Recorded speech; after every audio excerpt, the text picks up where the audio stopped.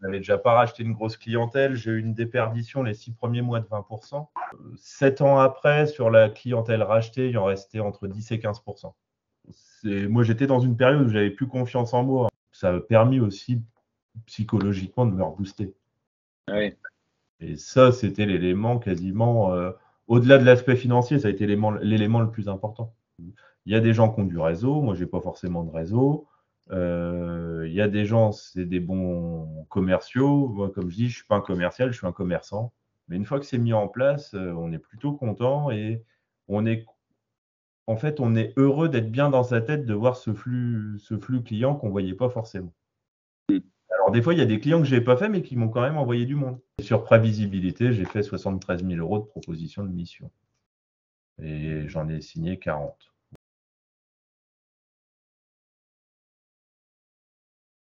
Bon alors, bonjour Monsieur Lotte, merci d'accepter de faire cette interview.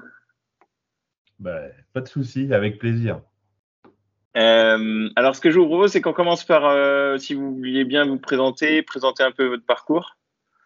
Alors, pour me présenter sur mon parcours, alors qu'est-ce qui m'a amené à l'expertise comptable? Moi, j'ai pas du tout un cursus, on va dire compta au départ. J'ai fait un bac S option scientifique, une maths sup, alors MPSI, donc maths physique, sciences de l'ingénieur.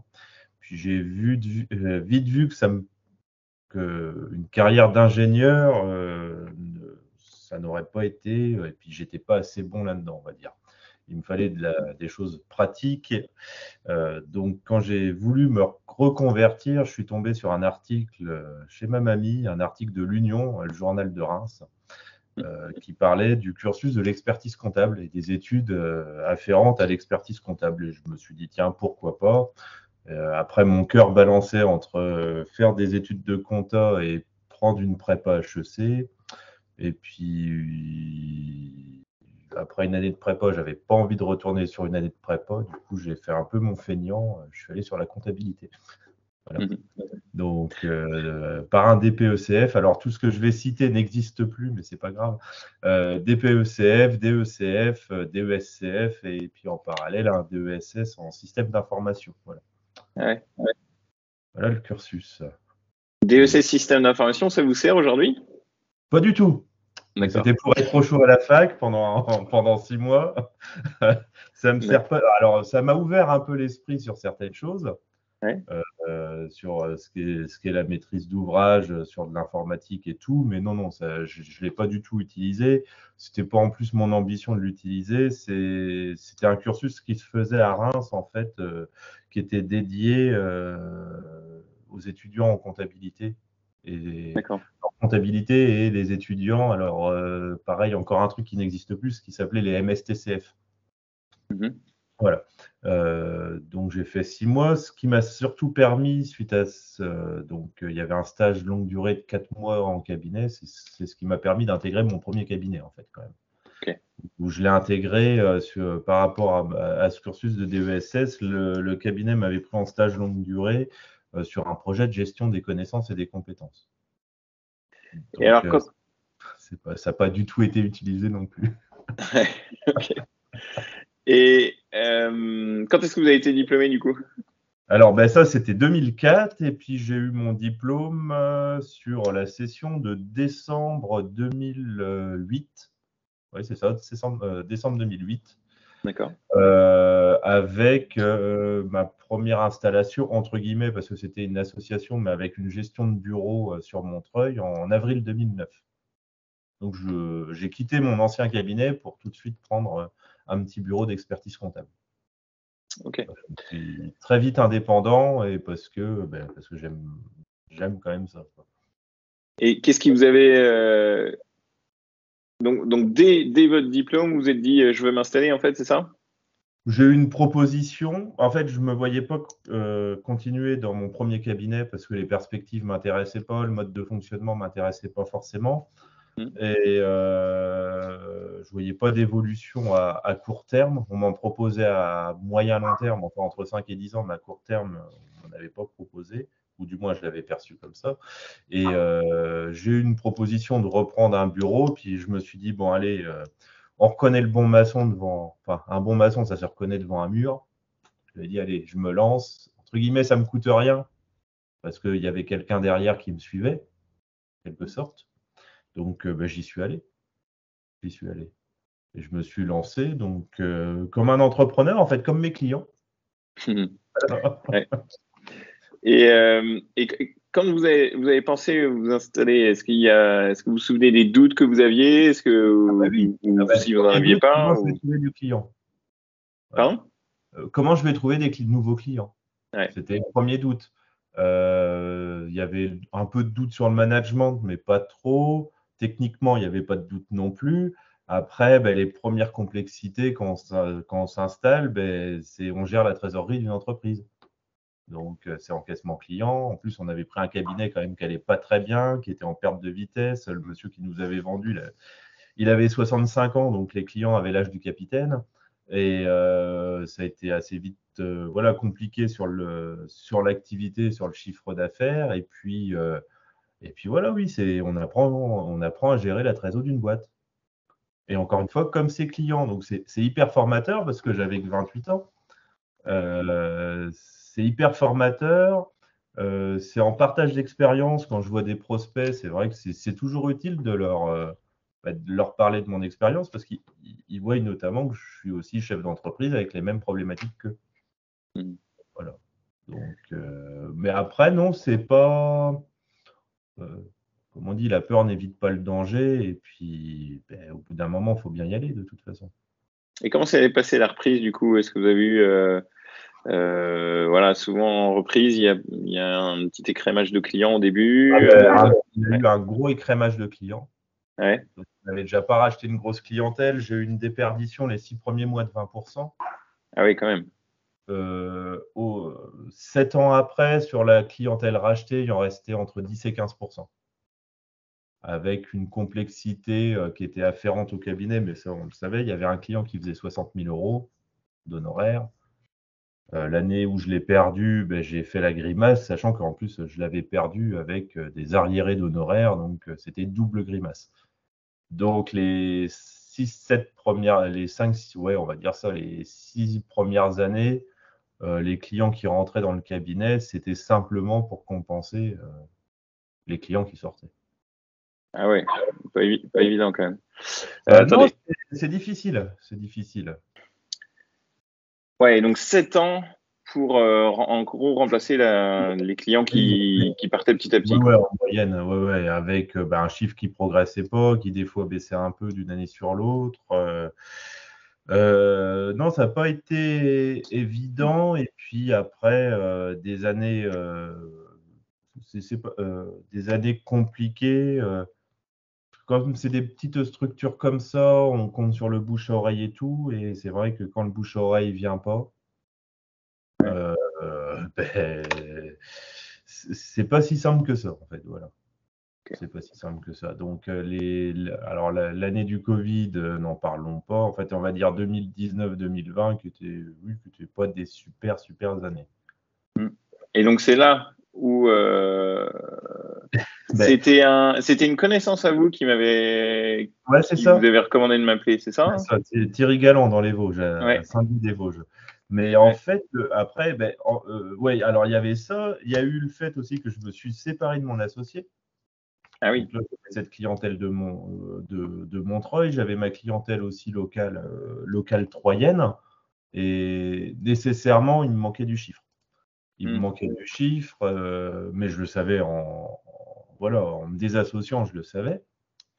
Et c'est donc Thierry Galland qui m'a parlé de vous. On a pris contact, je pense, fin d'année, si je ne dis pas de bêtises, c'est fin d'année 2020 qu'on a pris contact ensemble, ou milieu d'année 2020. Ouais, 30 juillet, exactement. Septembre 2020. Je me rappelle bien. Puis donc, on avait parlé du budget, on avait toutes ces choses-là. Et puis, je me suis dit, bon, si j'ai un billet à mettre, autant que je le mette là-dessus. De toute façon, si je fais rien, il ne se passera rien. Donc, on verra bien. J'avais des doutes, honnêtement. Ouais. Quel doute vous aviez? Que ça ne serve à rien.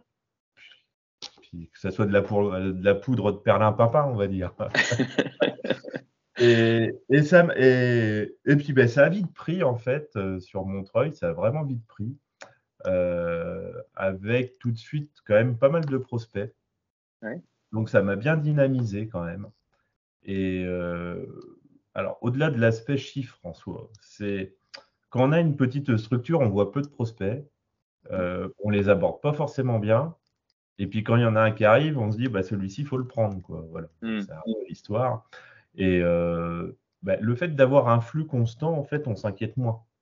Ouais. On le fait, on le fait pas, on le fait pas. Si on a un client qui part, bah, il part, c'est pas grave. Si je l'ai pas, je le remplacerai peut-être dans 15 jours, dans un mois. Il y a toute cette démarche-là où on commence à être serein, en fait. Mm. Moi, je donnais l'exemple parce que j'ai parlé de vous à d'autres. Bon, après, pour la première vue, qu'ils ne vous ont pas appelé. Mais moi, je donnais l'exemple du standard qui sonnait peut-être 4-5 fois l'année pour des gens, le client comptoir, on va dire. Ouais. Grâce à Prévisibilité, c'était allez, au moins, après, il faudrait regarder les chiffres, mais je pense que c'était bien 2 appels par semaine. Mm. On est passé de 4-5 appels l'année à 2 appels par semaine. Ouais. Donc, Donc pas forcément, on n'est forcément. plus. Mm. Bah, on est mieux, on se sent mieux, puis on est content. Ça fait du Mm. mouvement. Et à partir de là, on est plus, oui, on est plus serein. On est plus serein sur plein de choses. Euh, Autre doute que j'avais, je me dis, ça va m'attirer, ça va m'amener du client un peu bas de gamme, entre guillemets, qui cherche du prix. Mm. Ça n'a pas du tout été le cas. Alors, il y a toujours des clients qui cherchent du prix, mais ça, on ne peut pas faire autrement. Mais non, ça n'a pas été le cas. Il y a eu du bon client. Et ça m'a ouvert après l'esprit, prévisibilité sur plein d'autres choses où je me suis dit, bah, tiens, il y a un truc qui s'appelle My Google Business. My Google Business. Je fais, ah, tiens, je savais Mm. même pas que ça existait, ce truc-là. Un truc tout bête, j'ai un peu honte de le dire aujourd'hui, mais grâce à ça, je me suis dit, bah, tiens, sur un rayon de 500 mètres autour de moi, en fait, il y a une douzaine de cabinets d'expertise comptable. Je ne savais même pas. Mm. Je me suis dit, bah, je comprends pourquoi j'ai que 4-5 appels par an, en fait. Ouais. Et puis, donc, alors, je le dis, vous couperez si vous voulez. Du coup, j'ai appelé des copains. Je dis, ouais, ça serait cool de me mettre des avis positifs, enfin des copains clients. Mettez-moi des avis positifs parce que je remarque que sur les 12 cabinets, il n'y en a que 2 qui ont des avis. Ouais, je dis, bah, moi, si j'ai des avis, je vais sortir du lot aussi. Donc, j'ai eu toute une démarche. En plus, c'est une démarche dont, en plus, c'est une démarche, j'en ai fait profiter mes clients aussi. Ouais. En leur parlant de tout ça, Mm. voilà, en fait, je cherchais toujours un restaurant comme ça. Je n'avais pas pensé à me dire, bah, tiens, il y a peut-être des gens qui cherchent un expert comptable comme ça. Et grosso modo, alors là, j'ai arrêté mon tableau de bord, hein, parce que je tenais un petit tableau de bord. Je me faisais un beau tableau croisé dynamique, un bon truc de comptable sur Excel. Google prescription prévisibilité. Donc ça, je vous donne les chiffres à peu près, on va dire sur 1 an et demi. Moi, j'ai arrêté il y a 6 mois parce que j'avais trop. J'ai fait 156 000 euros de propositions d'honoraires Ah, sur tous les gens qui viennent comme ça, en fait, pour 97 000 euros de signés. ouais, super. En un Voilà. an et demi. Et sur prévisibilité, j'ai fait 73 000 euros de propositions de mission. Et j'en ai signé 40. Voilà. Donc, Joli. et plus derrière, vous mettez un peu l'exceptionnel, des fois, des choses comme ça. Du coup, alors, donc moi, je suis parti de mon ancien cabinet. Quand je me suis désassocié, je me suis dit, je vais avoir une perte de revenus d'environ 20%. Mhm. On n'est pas à la rue en tant qu'expert comptable, donc je l'acceptais. J'ai augmenté ma rémunération, enfin, j'ai augmenté mes revenus de 20%. Donc ça fait J'ai dit, cool, un j'ai gap bien de fait. 40, quoi. Ouais, non, mais alors j'ai bossé, hein, parce que pour faire ça, faut être conscient que c'est du taf. C'est Ouais. du taf. Moi, j'ai que 4 collaboratrices. Tout ça, c'est moi qui fais. Les lettres de mission, je les fais. Enfin, c'est du boulot de mise en place. C'est beaucoup de boulot. Mais une fois que c'est mis en place, on est plutôt content et on est, en fait, on est heureux d'être bien dans sa tête de voir ce flux client qu'on ne voyait pas forcément. Mm. Alors, des fois, il y a des clients que je n'ai pas fait, mais qui m'ont quand même envoyé du monde aussi. Ouais. Ouais, c'est des Ouais. trucs un peu rigolos. Et on peut Ouais, choisir. Et du coup, comme on en voit beaucoup, on peut choisir. Et Mm. ça, c'est important parce que quand on en voit peu, on choisit moins. Alors, je sais que la période est assez faste, hein, pour signer des clients, mais en fait, tout ça, ça m'a redynamisé, en fait.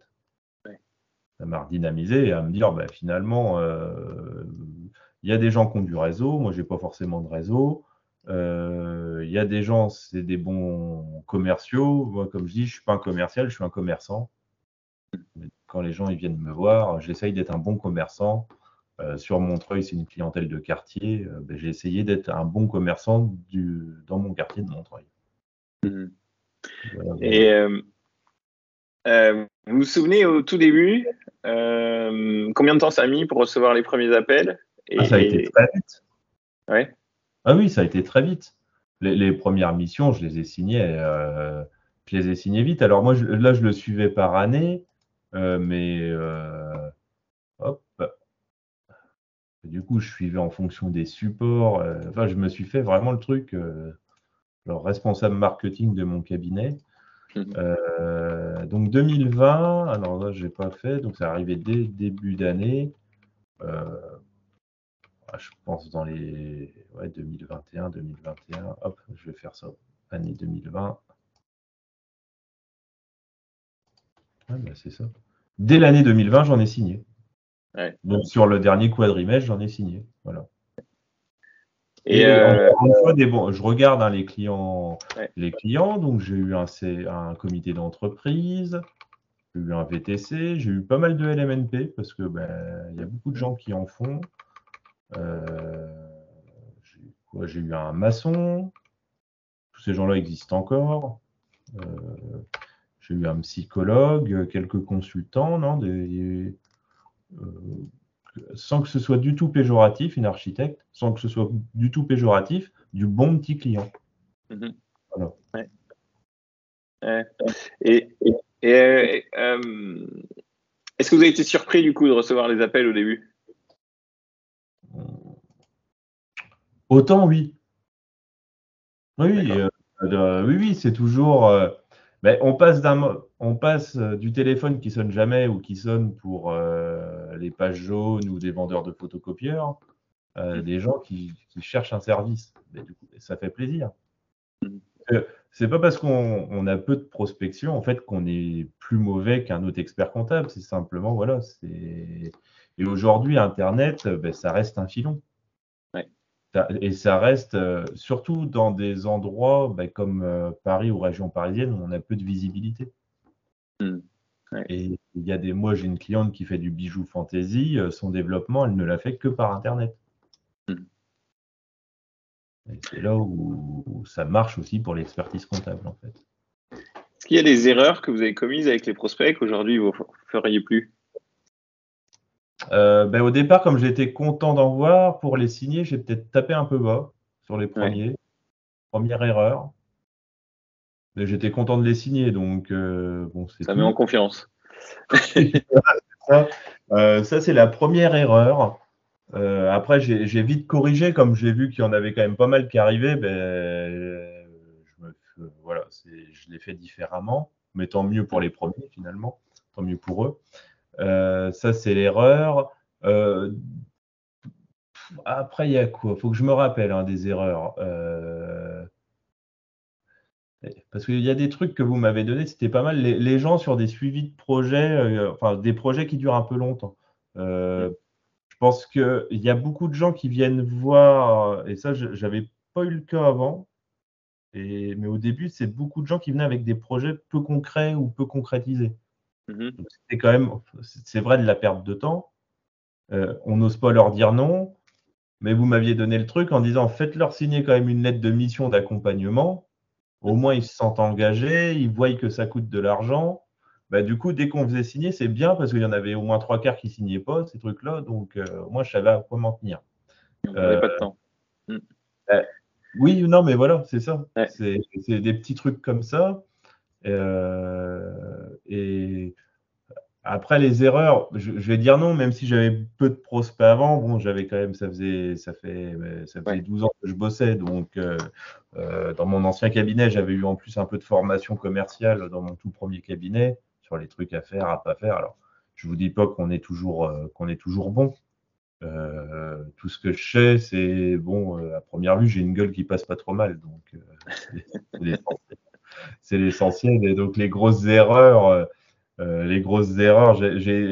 ça fait, on va dire, 10 ans qu'on m'avait gommé les plus grosses. Ouais, notamment de donner la solution pendant le premier rendez-vous, et puis le client il part avec la solution, il ne revient plus. Il ne faut jamais répondre à une problématique au premier rendez-vous. Il faut faire comprendre au client qu'on va répondre à sa problématique, mais après, quand il aura signé. Exactement. Parce qu'il y en a qui cherchent. Hein. Ouais, et puis je crois que le défaut qu'on a parmi tous les experts comptables, c'est de dire d'essayer de se vendre par la technicité, quoi. Ouais. Alors que c'est pas ça la vente. C'est pas de montrer. Le fait d'avoir le diplôme et d'être inscrit à l'ordre, ça devrait suffire. On a une marque. C'est une marque, un expert comptable. Donc, il faut profiter de cette marque. On n'a pas besoin de se dire je suis le meilleur. On n'est pas un footballeur qui va sortir sans dribble là, et puis wow, vous avez vu comment je joue bien. Non, et puis il y a d'autres manières de se vendre que sur la technicité en fait. Ouais. Super. Est-ce que vous avez un conseil pour les experts comptables qui pourraient nous regarder ou ceux qui s'apprêtent à se lancer ou d'autres? Bah allez-y. non, mais il faut y aller. Et puis faut surtout bien, parce que jeune ou moins jeune, hein, c'est pas qu'une histoire de génération, je pense. Aujourd'hui, il y a Internet. C'est un bon moyen de se faire connaître. Ouais. Après, une fois qu'on a dit ça, on ne sait pas comment se faire connaître par Internet. Il y a des personnes qui savent faire, comme vous, qui nous permettent d'avoir de la visibilité, qui nous permettent de toucher plus de gens. Et ça, c'est important. C'est important. Et c'est ce que je vous disais. Voilà, je sais que je peux en parler.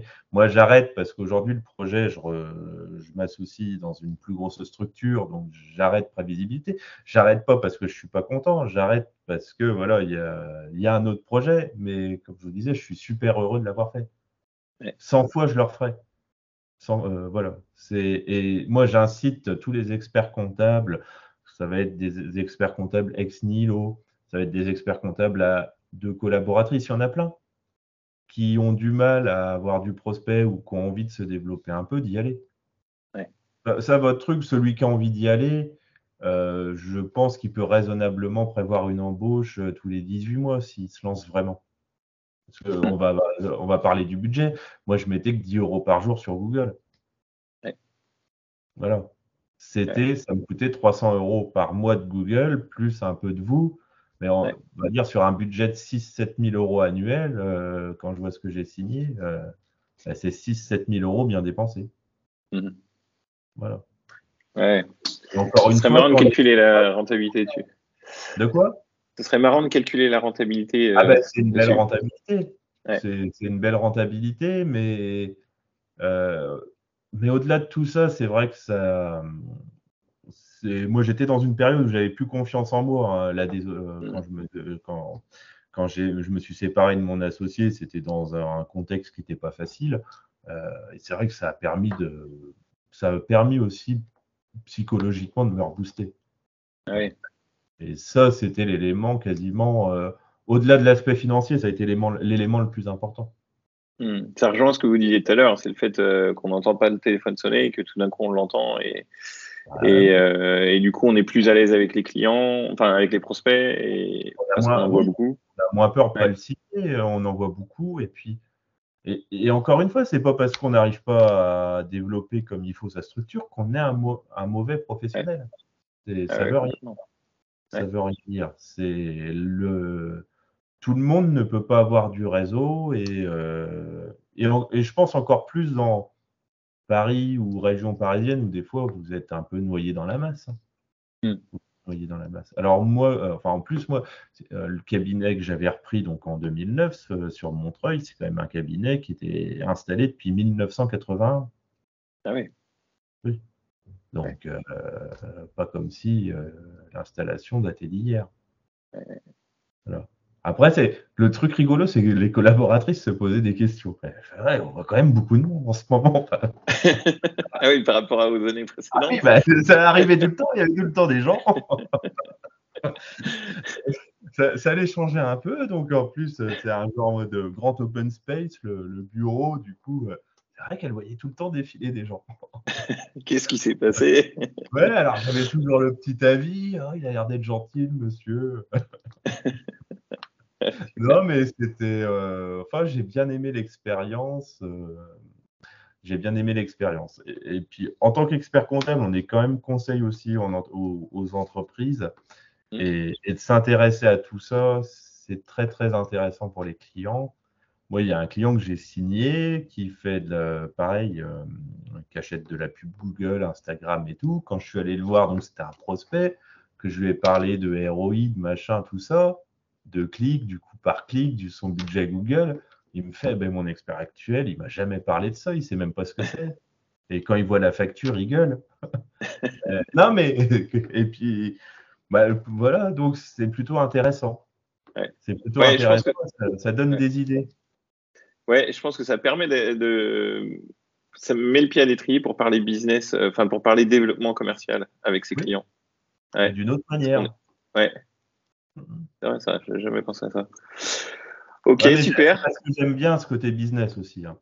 Moi, Ouais. j'ai fait l'expertise comptable, c'est pour ça, hein. C'est pas pour faire de la compta. Compta en Ouais. soi, ça m'intéresse peu. C'est tout ce qui Ouais. tourne autour qui m'intéresse. Ouais, tout à fait. C'est le cas de beaucoup d'experts comptables en finale quand même. Oui, Ouais. oui, oui. Oui, oui, parce que c'est rare il y a peu d'experts comptables qui ont le cursus typique comptable. Il y a beaucoup qui ont d'autres cursus. Et puis le métier, vous vous rendez vite compte quand vous êtes collaborateur, parce qu'on commence tous comme ça en principe, vous vous rendez vite compte que c'est pas collaborateur qu'il faut faire, mais que le type qui est dans son bureau à côté du vôtre, ça a l'air d'être carrément plus sympa. Ouais, et puis même ceux qui ont fait un cursus classique, ben c'est souvent ceux qui s'intéressent à l'entreprise, qui s'intéressent au business, Hmm. qui vont justement passer les diplômes et ainsi de suite, quoi, et qui vont avoir envie de se lancer, quoi. Bah, c'est là Parce la que valeur ajoutée. Mm. Moi, c'est vrai qu'il y a toujours le client qui vous dit, mais vous allez m'amener quoi comme conseil et tout. Bah, après, comme je leur dis, je dis, moi, ça dépend de vous. Si vous m'appelez pas pour me parler, je vais pas Ouais, prendre mon téléphone et vous donner un conseil comme ça. Donc, je dis, par contre, quand vous m'appellerez, on parlera business parce que ça, j'aime ça. ouais, On cherchera des idées, des choses ensemble. Alors, des fois, c'est pas toujours facile, mais il y a ce côté business qui est hyper intéressant. ouais, c'est clair. Alors, on n'arrive pas à l'amener à tous les clients, et puis enfin, il y a des clients qui ne sont pas forcément demandeurs, mais dès qu'on arrive à l'amener et d'être encore plus impliqué dans l'entreprise, c'est vrai, c'est vraiment le côté sympa.